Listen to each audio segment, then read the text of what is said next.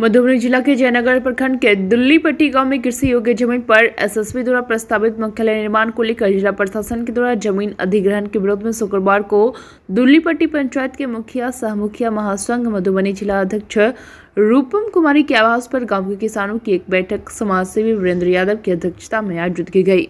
बैठक में किसानों ने एक स्वर में सरकार के फैसले का विरोध करते हुए कहा कि एसएसपी मुख्यालय निर्माण के लिए और भी जगह बंजर भूमि उपलब्ध होने के बावजूद कृषि योग्य उपजाऊ जमीन को अधिग्रहण करना किसानों के साथ जुल्म है।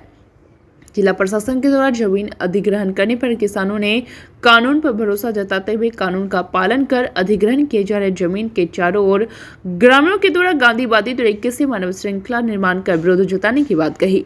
किसानों ने कहा कि पूर्व में भी जब देश हित के लिए ओएनजीसी के लिए जमीन अधिग्रहण किया गया तो हम लोगों ने समर्थन किया था, लेकिन आज एसएसपी मुख्यालय हेतु सीमा से काफी दूर कृषि योग्य भूमि को अधिग्रहण किया जा रहा है। ऐसा करना कदापि मंजूर नहीं है। बार बार हम लोगों से कृषि योग्य जमीन छीनकर भूमिहीन और निकम्मा बनाने भरा कदम उठाना सही नहीं है कहीं से भी और जायज नहीं है। जिला प्रशासन को इस पर दोबारा से विचार करना चाहिए।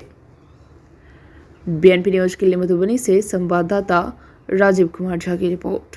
हम लोगों के पास में जमीन कम है, सिंचित जमीन है, इसमें 3 फसल होता है। एक तरफ 6 लेन जा रहा है, इधर आप एसएसपी के लिए लीजिएगा तो जमीन हम लोग के पास में बचिए नहीं जाता है। हम लोग खाएंगे क्या, ये हम लोग की समस्या है। हम लोग को जमीन नहीं देना है। इस जमीन 75 एकड़ जमीन सरकार कह रहा है, एसएससी वाले बोलते हैं कि हम लेंगे, अधिग्रहण करेंगे। यहाँ से करीब 250-300 परिवार ऐसा है जिसके पास यही सिर्फ खाने पीने के लिए यही ज़मीन ही है, उसके बाद उसके पास कहीं कुछ है ही नहीं। वो लोग करेगा क्या? मान लीजिए वो लोग भूखे तो नहीं मरेगा। यही ज़मीन है जो 5 कट्ठा 7 कट्ठा सब ज़मींदार के पास ज़मीन है, उसको उपजाता है तो साल भर वो लोग भोजन भात करते हैं। 2 फसला है यहाँ हर दिन कभी भी आइएगा 12 महीना में तो 12 महीना में कुछ न कुछ यहाँ उपजता हो, गेहूँ हो, धान हो, मूंग हो, सब दिन इसमें उपजाऊ होता है। ये ज़मीन दोनों साइड से हम लोगों का नहर है। इस ज़मीन में 2 साइड नहर है, एक पूरब में है, एक पश्चिम में है। मांग क्या करते हैं सरकार से? मांग यही करते हैं कि इस ज़मीन को छोड़ करके यहाँ से हट जाए। 200-250 परिवार कहाँ जाएगा? मान लीजिए कुछ आदमी का अगल बगल में है तो वो लोग खाए पिएंगे, लेकिन 200-250-300 परिवार क्या करेगा? उस सबके पास तो भोजन के ये है। अगर सरकार लेना ही चाहता है उसका उचित मुआवजा दे, या तो ज़मीन के बदला उनका जमीन व्यवस्था किया जाए। उस आधार पर 250-300 परिवार कहाँ जाएगा?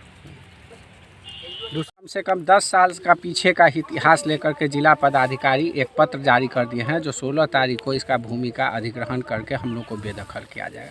हमने ज़मीन का ना पैसा लिए हैं सरकार से, न ही ज़मीन रजिस्ट्री किए हैं, न ही सहमति दिए हैं। सरकार हम पे केस किए हुए है। उस केस जब सरकार केस किए तो केस का फैसला भी नहीं आया है।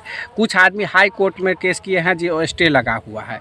ये सब होते हुए यदि कोई न्यायालय कोई प्राधिकार के फैसला के विपरीत यदि जिला पदाधिकारी किए हैं तो न्यायालय और प्राधिकार की अवमानना है और किसान के अहित में अवमानना का उपयोग किया जा रहा है।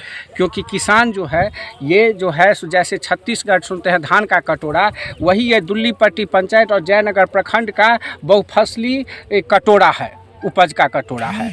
यह कटोरा ऐसा है जिसमें गेहूं अभी लहलहा रहा है, आप देख रहे हैं, दलहन भी है यहाँ पे, धान भी था यहाँ पे, ईख भी होता है यहाँ पे। इसमें ऐसा कोई फसल नहीं है जो नहीं उपजती है। और इसके लिए सरकार नहर बनाए हुए है। जब सरकार एक तरफ से नहर बनाती है और एक तरफ से भूमि को कहती है कि जो ये अब खेती इसमें नहीं होगा, तो ये पैसा का दुरुपयोग सरकार कर रही है और प्रशासन कर रही है। तो हमारे टैक्स के पैसा का सरकार मनमानी तरह के दुरुपयोग करके जनता का शोषण ये एक तरह से हो गया और लग रहा है जैसे हम भारत में नहीं, हम बाहर के नागरिक हैं, उस प्रकार से किया जा रहा है, अमानवीय। दूसरी ओर कल हम इस फैसले के विरोध में शांतिपूर्ण महात्मा गांधी के लोकतांत्रिक ढंग से असहयोग और सत्याग्रह आंदोलन चलाएंगे। यदि हमको मार पीट करके ये ज़मीन ज़बरदस्ती कब्जा किया जाएगा तो ये एक आपराधिक काम होगा और इसका हमारे ऊपर अत्याचार होगा इस देश में। और एक तरह कहा जाता है सरकार जो हम किसान के लिए किसान हित में बिल लाते हैं और दूसरे हमारी ओर, तो इसका मतलब है कि टिकैत साहब जो आंदोलन छेड़े थे वो सही में इस किसान के विरोध नीति था और उसका परिचायक है जो ये किसान विरोधी नीति के कारण अधिग्रहण किया गया है। इसलिए हम लोग कल मजबूर है मानव श्रृंखला बनाने। सर, जानकारी मिली थी कि कुछ दिन पहले डीएम साहब यहाँ हाँ, खुद जिला पदाधिकारी महोदय यहाँ पर क्रॉप कटिंग करके फसल की उत्पादकता जांचने आए थे। तो जब पिछले वर्ष विगत वर्ष इसी अप्रैल में आए थे, जब यहाँ का उत्पादकता जांचने के लिए आते हैं, यहाँ पे फसल है और कुछ एक साल के बाद नोटिस जारी कर देते हैं जो कब्जा कर लीजिए, अधिग्रहण कर लीजिए। ये कहाँ का मानवीय हित में, किसान हित में, और ये फसल आप कहते हैं पर्यावरण दूषित हो रहा है और ये पेड़ पौधे को उज्जड़ कर बना करके बंजर बना रहे हैं। ये कहाँ की किसान नीति है, कहाँ की पर्यावरण नीति है। रह गई फोर्स की बारे में, सुरक्षा के बारे में, तो फोर्स को कहीं भी रखा जा सकता है, इसी ज़मीन पर नहीं रखा जा सकता है।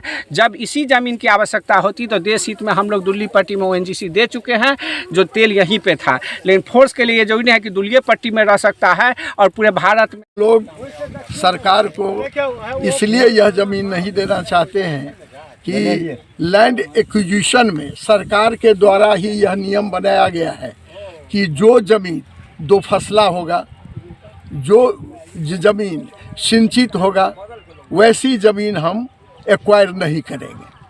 और यह ज़मीन हम लोगों का गांव का मेन ज़मीन है और इतनी उपजाऊ है कि यहीं के उपजा से लोगों का घर में खाना पीना भी चलता है।